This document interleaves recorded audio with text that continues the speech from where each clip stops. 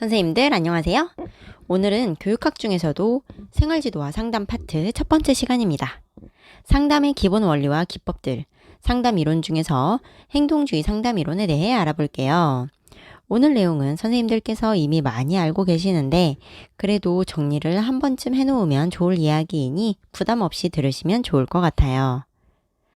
오늘의 이야기는 중학생 유리의 담임교사 남쌤 이야기입니다. 처음 반배정이 있는 날, 동학년 선생님들은 나를 걱정하셨다. 모두가 피하고 싶었던 유리라는 아이가 우리 반 명단에 있었기 때문이다.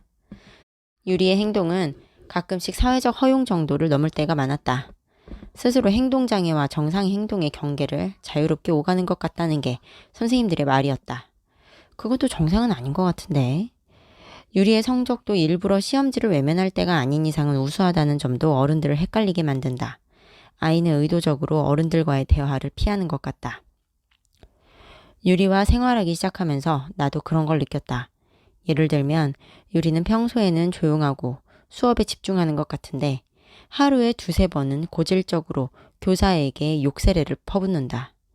이전 담임선생님도 영어, 체육, 과학 선생님도 유리의 욕설을 견디다 못해 아이에게 벌을 주시기도 하고 상점으로 설득하기도 하고 타임아웃을 시키는 등 통제하려고 하셨지만 되지 않았다. 나와 수업을 할 때도 유리는 욕을 했다. 나는 유리가 학습과 관련된 행동이나 허용 가능한 행동을 할 때만 반응했다. 그리고 나에게 욕을 할 때는 일부러 철저히 무시했다. 아이들에게도 전혀 반응하지 않고 무시하라고 했다. 자기의 욕설에도 전혀 반응하지 않는 내 모습에 유리는 처음에는 코웃음을 쳤다. 그러다 계속 학급의 그 누구도 자기의 욕설에 반응하지 않으니 나중에는 소리를 지르고 책상을 엎을 정도로 폭발해버렸다. 그렇게 폭발한 순간 나는 보았다. 아이의 눈물을. 그날 나는 유리를 남겨 상담을 했다. 네가 괜찮다면 일주일에 한 번씩 선생님과 이야기 나누는 시간을 가지면 좋겠는데 어떠니? 나는 앞으로 화요일마다 20분 정도만 부담 없이 이야기를 나누자고 제안했다. 그리고 상담실로 아이를 보내기 전에 너에 대해 알고 싶고 도움이 되고 싶다고 말했다. 아이는 여전히 경계하는 눈빛이었지만 알겠다고 했다. 나는 아이에게 만약 나와 약속한 상담을 못하게 되는 날은 꼭 미리 이야기를 해달라고 말했다. 내가 이 약속을 매우 중요하게 생각하므로 시간을 비워둘 것이라는 말도 해주었다. 아이가 나와의 약속에 대해 책임감을 느끼기도 하고 내가 이렇게 자기와의 시간을 중요하게 여긴다는 점을 느끼고 마음을 열어주길 바랬기 때문이다. 그리고 아이가 부담스럽지는 않을 정도로 진지한 눈길을 보냈다. 아이가 했던 첫 마디가 뜻밖이었다. 오늘 있었던 이야기는 엄마 아빠한테는 말하지 마세요. 아빠가 알면 날 벌레 취급할 거예요. 아빠와의 관계에 뭔가 키가 있는 것 같았다. 아버지가 아시면 널 그렇게 대할까봐 두렵고 걱정되는가 보구나. 아빠에게 그런 느낌을 받은 적이 있니? 아빠는 완벽주의자예요. 나 같은 건 아빠에 비하면 실수투성이고요. 뭐든 완벽하게 하려는 아빠에 비해 너는 실수투성이인 것 같다는 거구나. 나는 태어나지 말았어야 해요. 왜 그렇게까지 생각하는지 선생님은 이해가 잘 안 되는데 어떤 점에서 그렇게 느끼는지 자세히 설명해 줄래? 아이는 속 깊은 곳에 담아놓고 끙끙 앓고 있는 뭔가가 있는 것 같았다. 나는 아이가 마음을 열 수 있게 내 이야기를 조금 해주었다. 선생님도 선생님 때문에 부모님이 싸우시면 내가 괜히 태어난 게 아닌가 하는 생각을 했을 때가 있었어. 비슷한 상황이니? 한참 말이 없던 유리가 대답했다. 나는 아빠처럼 올백만 맞고 살 수 없어요. 어쩌다 한두 개만 틀려도 아빠는 등신 같은 놈이라고 욕을 해요. 너 같은 애가 내 아들인 게 싫다고요. 아빠가 직접 너 같은 애가 내 아들인 게 싫다고 하셨니? 그렇게 말한 건 아닌데 그런 뜻이라는 건 알고 있어요. 아빠가 욕을 하긴 하셨지만 아들로서 너의 존재까지 부정하셨다는 건 너 혼자 짐작하는 거구나. 어떻게 저렇게 등신 같은 게 태어났냐고 몇 번이나 말씀하셨는데 그게 그 뜻 아니에요? 생각보다 문제가 심각한 것 같다. 유리에게는 지금 담임교사로서의 상담 수준을 넘은 전문가의 상담이 필요하다. 아이들은 유리와 같다. 견딜 수 없는 힘이 외부에서 계속 내리칠 때 아이들은 깨진다. 오늘의 이야기에 나온 유리가 받은 상처, 흔하진 않지만 없는 일도 아니죠. 오늘은 상담 첫 번째 시간입니다. 먼저 상담의 기본 조건입니다. 2019학년도 초등교직 논술에서 출제가 됐었죠. 수용, 공감적 이해, 일치성 또는 진실성, 신뢰 또는 레포가 상담의 기본 조건입니다. 상담에서는 상담을 해주는 상담사나 교사 같은 사람들을 상담자라고 하고요. 문제 해결을 위해 상담을 받는 사람을 내담자라고 합니다. 내담자는 인지, 정서, 행동적으로 혼자 해결하기 힘든 문제를 가지고 있어서 상담자의 적절한 개입과 전문적인 전략이 필요합니다. 상담을 원활하게 진행하게 하는 데는 여러 가지 기법이 쓰입니다. 첫째, 구조화입니다. 상담자가 상담 시작 단계에서 상담 과정, 제한 사항, 방향에 대해 알려주는 걸 말해요. 상담 참여 방법, 연기 방법, 상담실 이용 방법, 기대 효과 등에 대해 말해주는 거죠. 이렇게 구조화를 해놓으면 상담을 효율적으로 진행할 수 있어요. 이야기에서도 남쌤은 주 1회, 화요일 20분이라는 약속을 하고 상담을 못하는 날은 꼭 미리 이야기하라고 지켜야 할 점에 대해 합의하고 당부했죠. 둘째, 경청입니다. 내담자의 말에 상담자가 선택적으로 집중하여 듣고 주목하고 있음을 전달해 주는 겁니다. 경청하고 있다는 건 말로도 눈빛으로도 할 수 있어요. 내담자에게 표현에 자신감을 주고 책임감을 느끼게 하는 효과가 있습니다. 반영은 내담자의 말과 행동 기저에 있는 감정을 파악하여 새로운 말로 되돌려주는 겁니다. 단순한 내용의 그대로 반복이 아니라는 점에서 재진술과 다릅니다.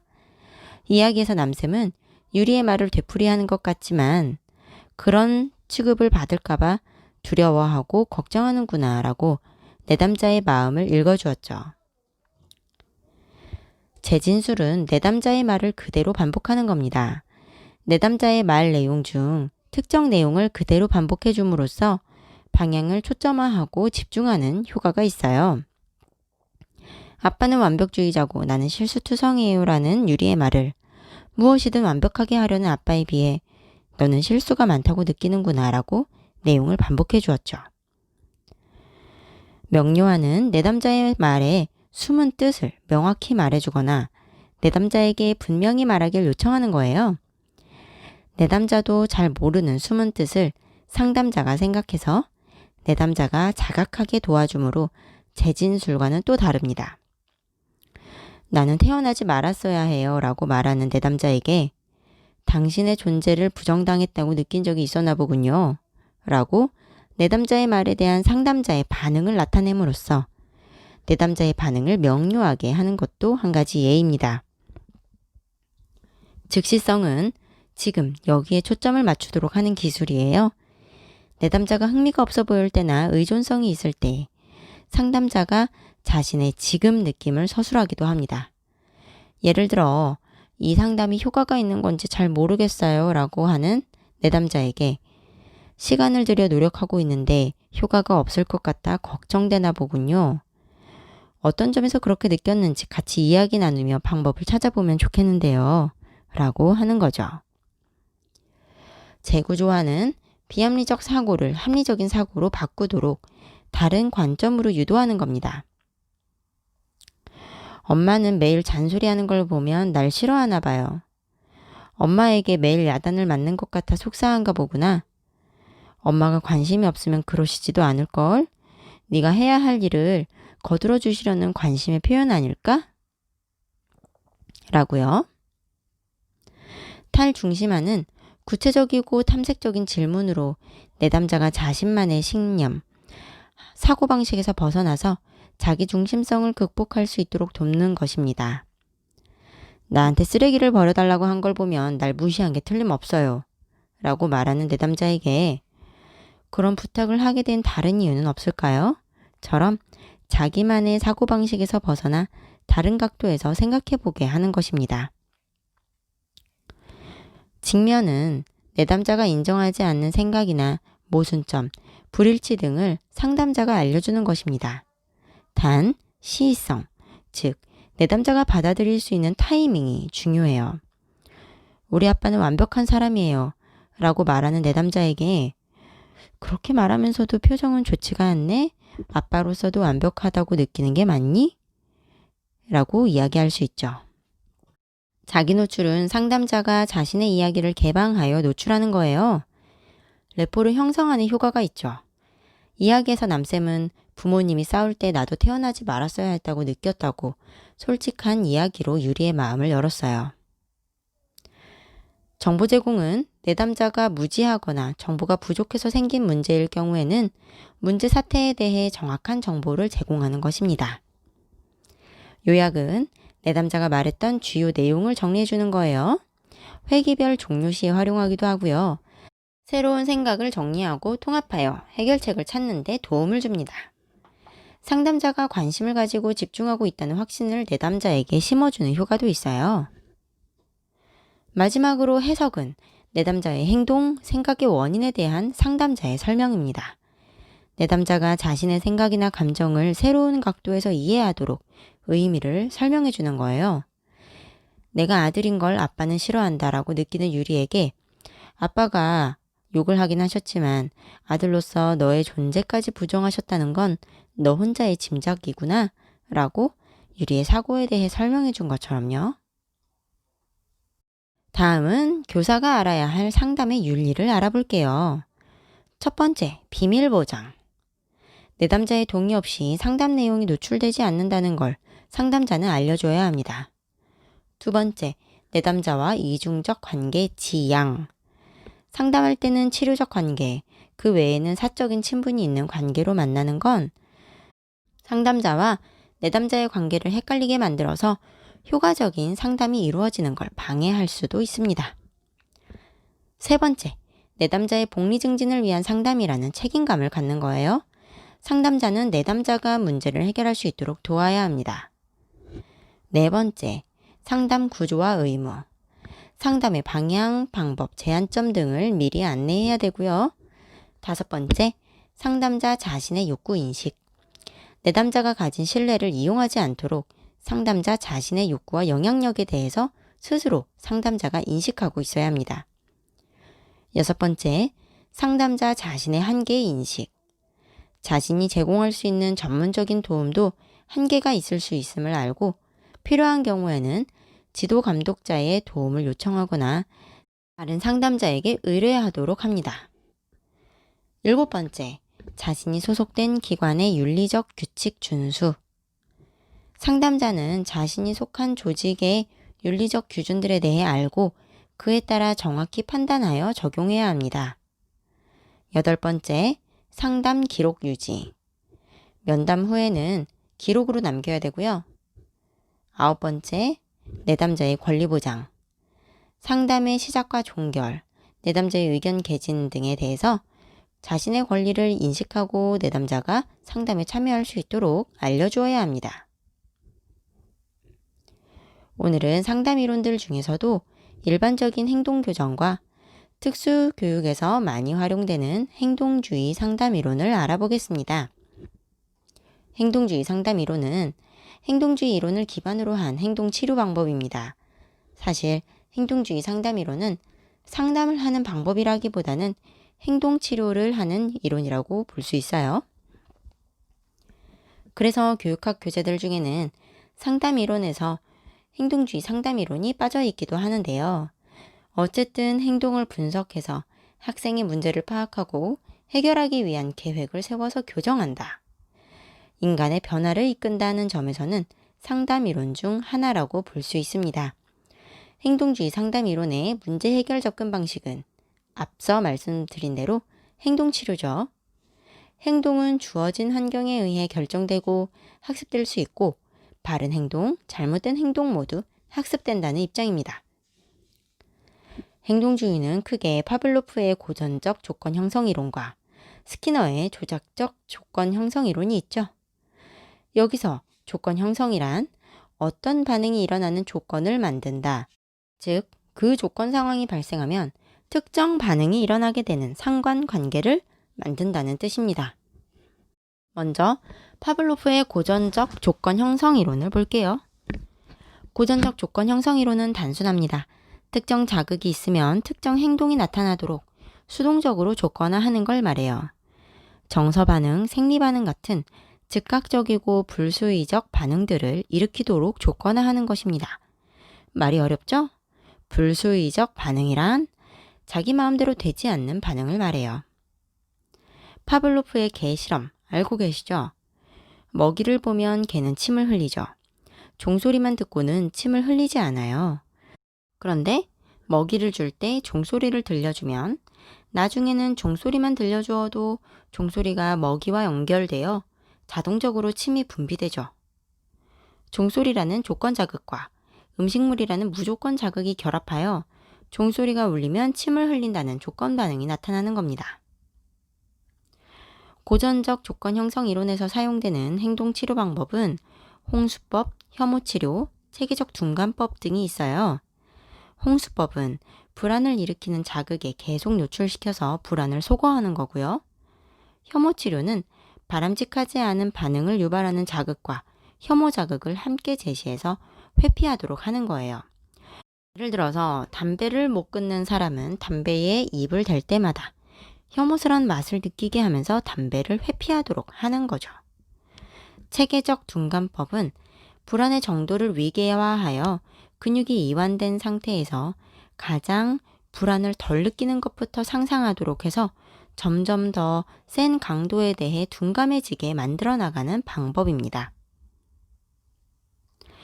다음은 스키너의 조작적 조건 형성 이론입니다.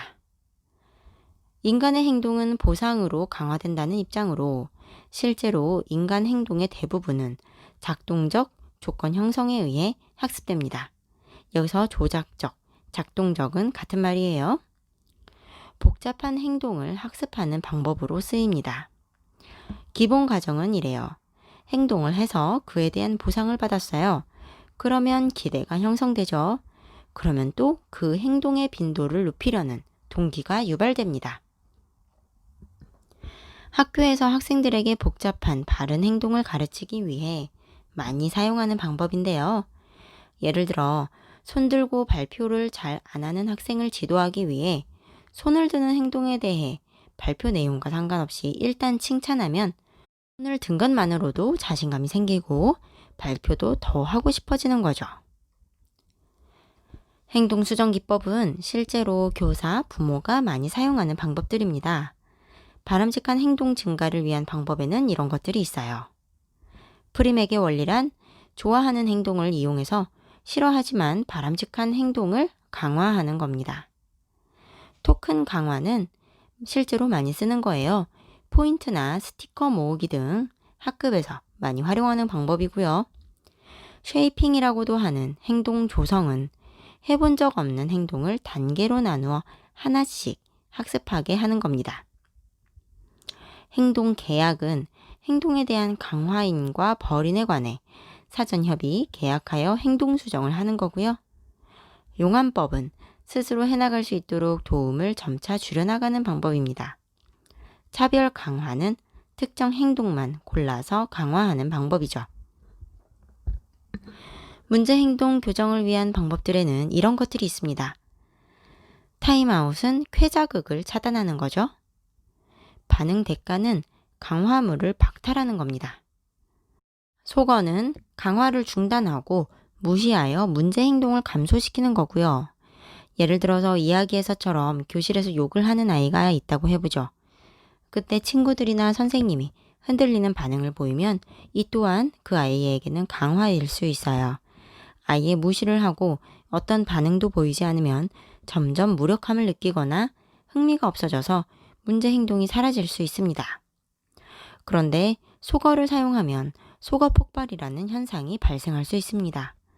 소거 폭발은 문제 행동이 완전히 소멸하기 전에 그 행동이 폭발적으로 증가하는 현상을 말해요. 소위 말해서 마지막 발악을 하는 거죠. 그래서 소거를 사용할 때는 이 소거 폭발을 잘 견디는 것이 매우 중요합니다.